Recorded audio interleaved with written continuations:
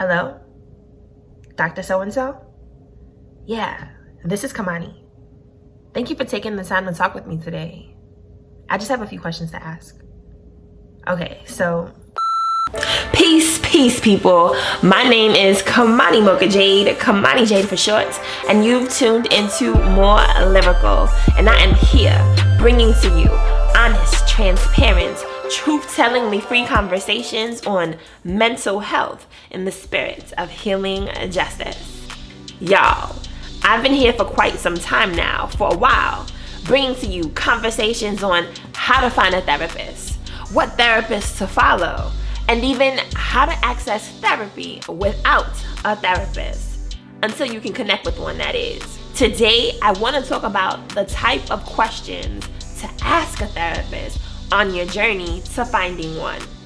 But first, Sib, you done made it all the way here to this moment. Subscribe. Alright, so before you start searching for a therapist, you've got to be clear about what it is you're seeking. Why are you here in this moment? What is it exactly that you need? Put together a list of all the things you're looking for. What's going to meet your specific needs so that we can find the right therapist just for you. Now let's look at my handy dandy Mac notebook. So what I did was I put together a list of things that were most important to me. And for one, that has a lot to do with whether or not I can afford the services. So I want to know if the therapist is covered under my insurance. Oftentimes, therapists and mental health providers are operating outside of network, which can make services costly. Sometimes, in fact, most times, therapists will also offer a sliding scale option that's dependent on your income. And so I either opt for someone who's covered in network or someone whose fee is affordable for me. And so what that looks like right now is $50 or less. And I'm also thinking about the type of therapies. Ooh, look at all these things that need to be edited.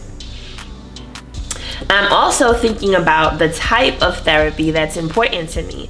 Right now, I'm really interested in attachment-based theory, which has to do with how we as adults are still really living through our inner child experiences and how we were raised as children, whether or not we were in close relationships to our caregivers or if we were not so much in close relationship with our caregivers, leading to either secure attachments, avoidant attachments, or anxious attachment styles.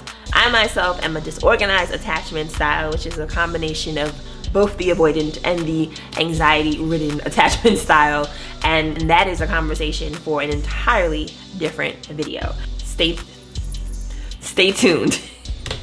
I also want to know that they are familiar with bipolar disorder, especially my disorder, bipolar 1 disorder, with psychotic features. They have to have some level of experience beyond their textbooks.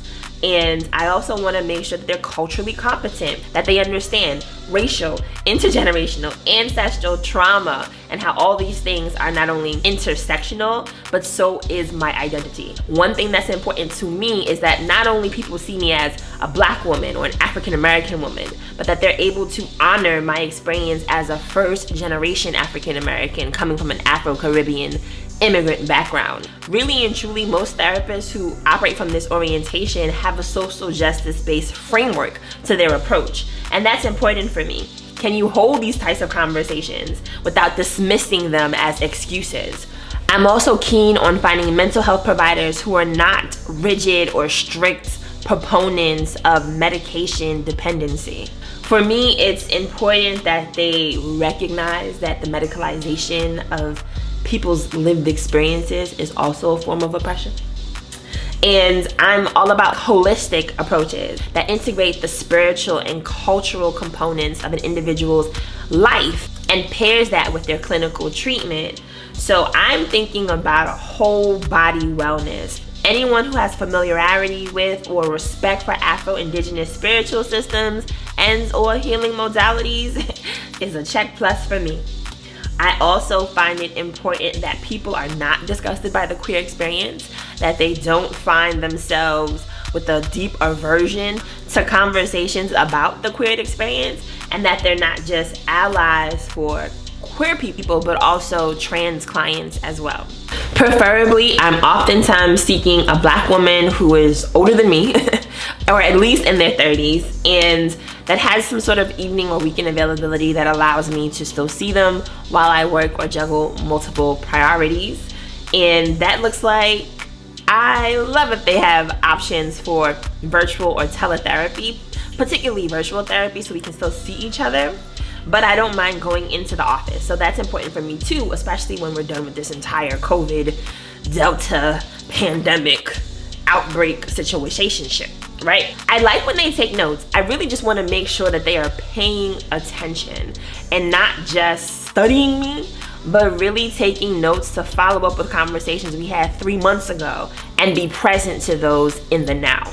Another thing that's important to me is that I seek out a lot of mental health initiatives, resources, and I'm an advocate myself. So it's important for me that my provider understand that and not feel some kind of way that I go to group therapy and that I also go to sessions at my college, because these were all resources that at one point were not available to me.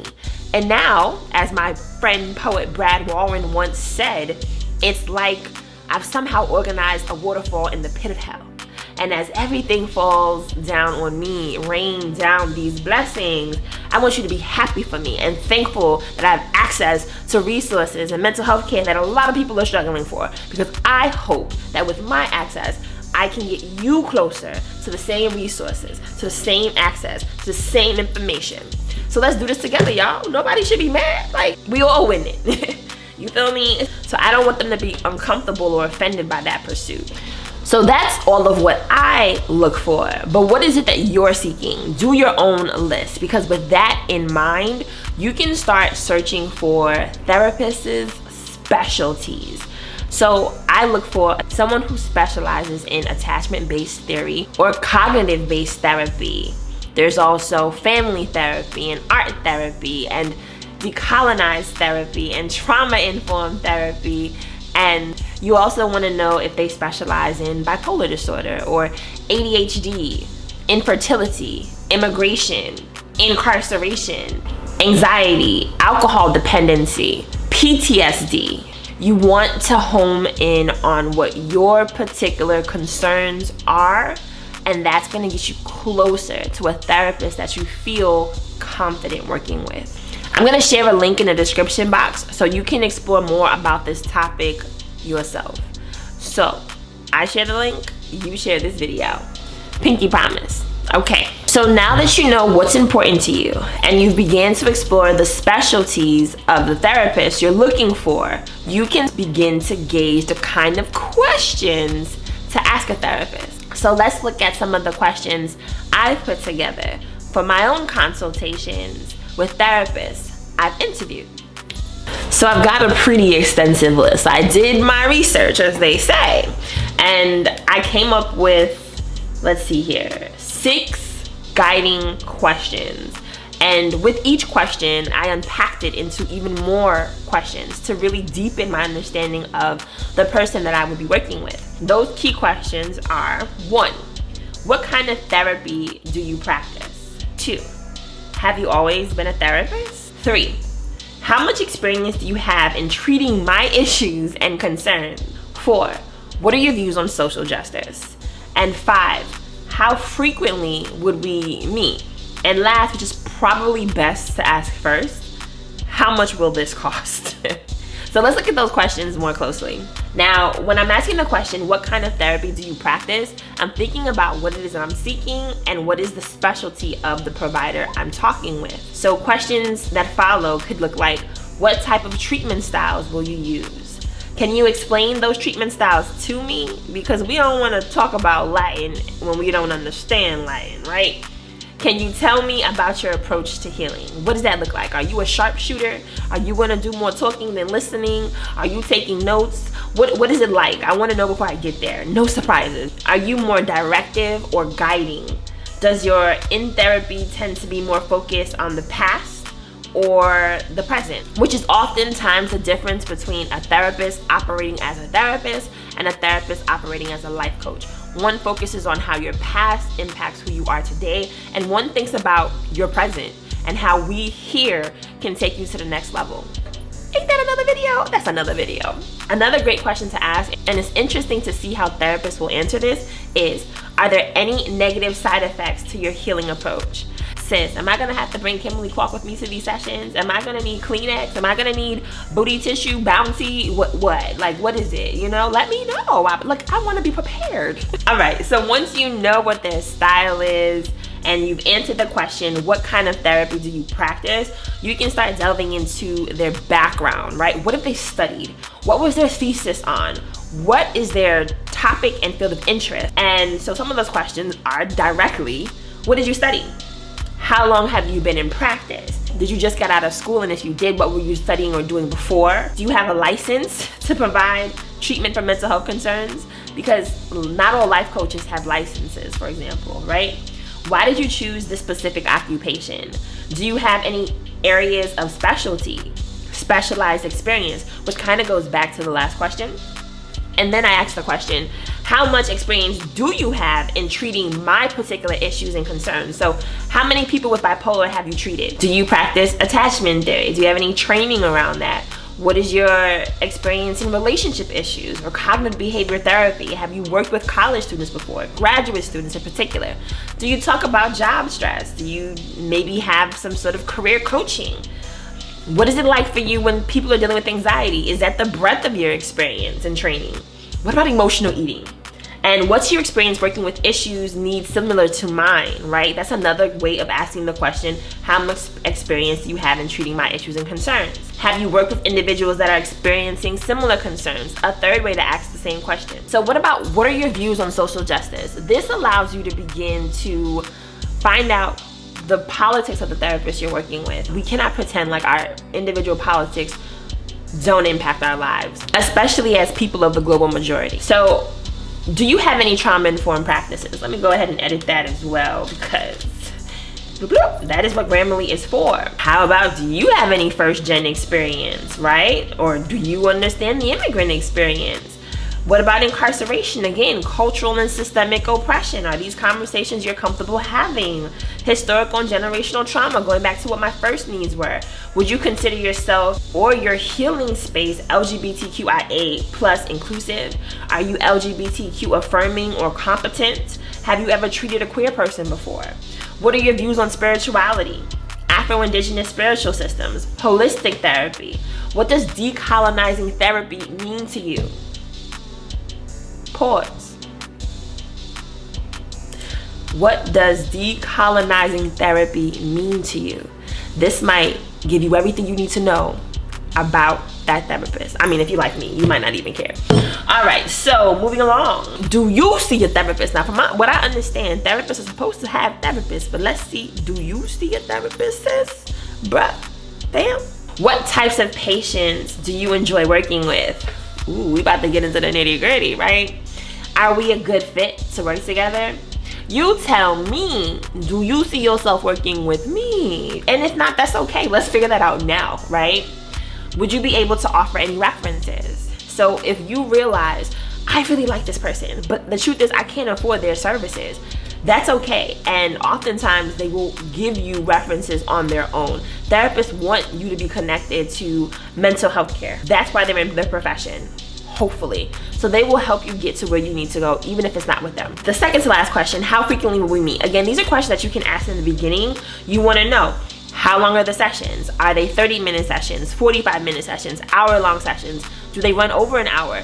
Oftentimes that depends on your insurance, but it also can depend on how much you're willing to pay by the hour. You wanna know, is there typically a wait when you go to see your therapist? Is your appointment at 5, but you don't see them till 5:10 or 5:05 or 6? You wanna know these things in advance.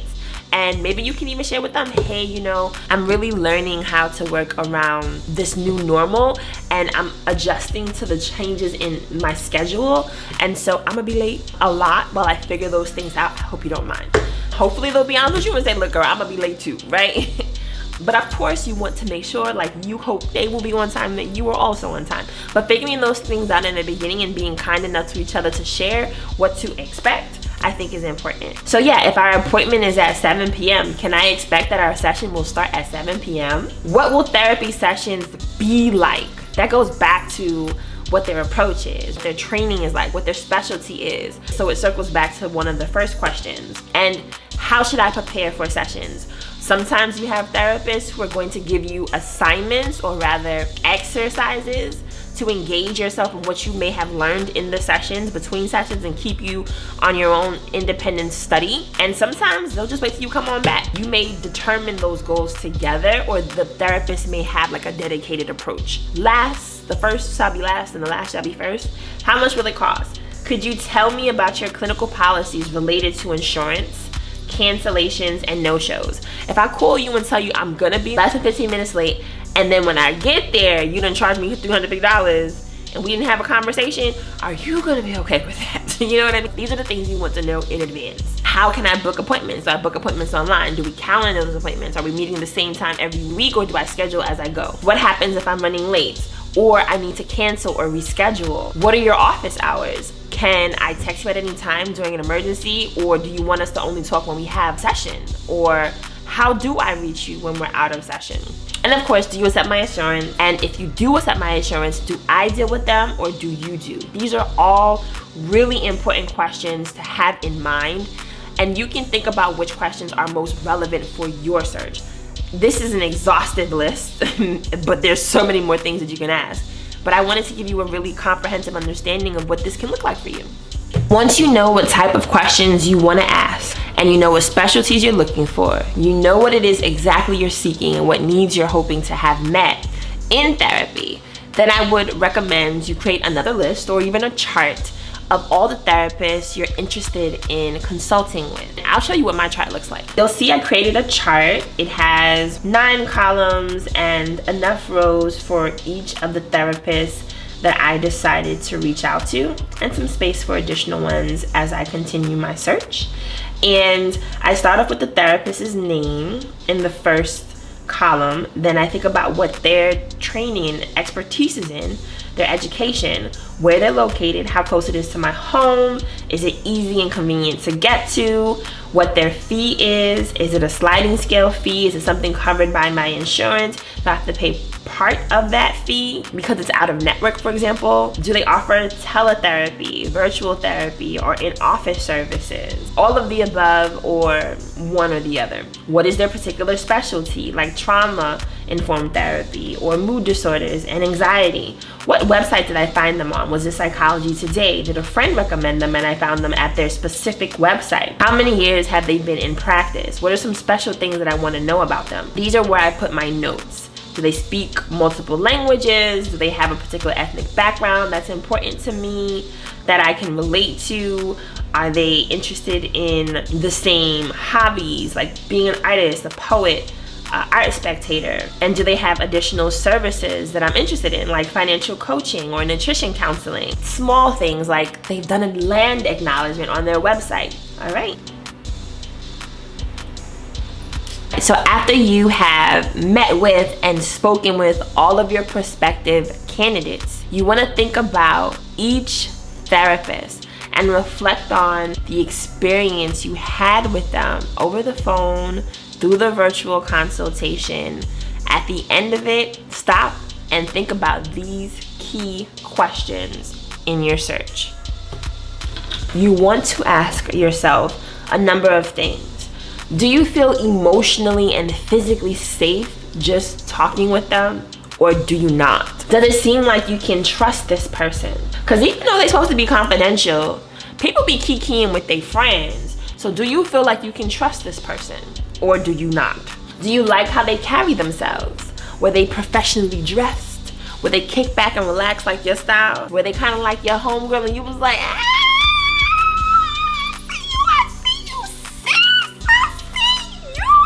do you think they ask good questions? Are they asking you the questions that make you say, I didn't think about that. Let me think about that. Do they seem knowledgeable and competent? They didn't just coast through grad school. They actually paid attention, took notes, applied it in their internship, continued to study after their internship. Do they seem like they know what they're talking about and they're not just blessed with the gift of gab? Do you like them? Do you enjoy spending time with them? Do you find yourself at the end of the consultation saying, I can't wait to talk to her again? This felt great. He was so cool and chill. I just was able to really just sit back, relax, and lean in. Are they setting the right tone? So maybe you think he's cute, right? Too cute. Is he letting you know by his demeanor that this is a professional relationship and nothing else? Are they setting the tone? Do you feel comfortable? Does it feel confidential? Do you feel distracted and not engaged? Are they boring you? Are you checking your phone? Are you checking the clock? Are you wondering, when is this 10-minute call gonna end? Are you trying not to excuse me, I didn't sleep last night. I didn't get a lot of sleep last night, forgive me. Do you want to stay and talk, or are you counting down the minutes to when you can leave? Do you feel heard and understood? You want to feel seen. You want people who are going to get you, people who listen and speak back what you've said to them to you. Do you like the questions that they're asking you? And does a therapist seem empathetic to your situation? So these are some of the questions that I would suggest you review after your sessions. And actually check out the website therapyden, that's den.com. They're an excellent resource and therapist directory, and they have a fairly interesting blog where I found a lot of inspiration for this video. Check them out. Now keep in mind, there are plenty of ways to access therapy, both short-term and long-term. And remember, check out my previous videos for more information just like this. And friend, if you like this video, then go ahead and like this video. Huh? What's that? You want to hear more? So down in the comment section, let me know what else you want me to talk about and let's discuss. Peace, everybody.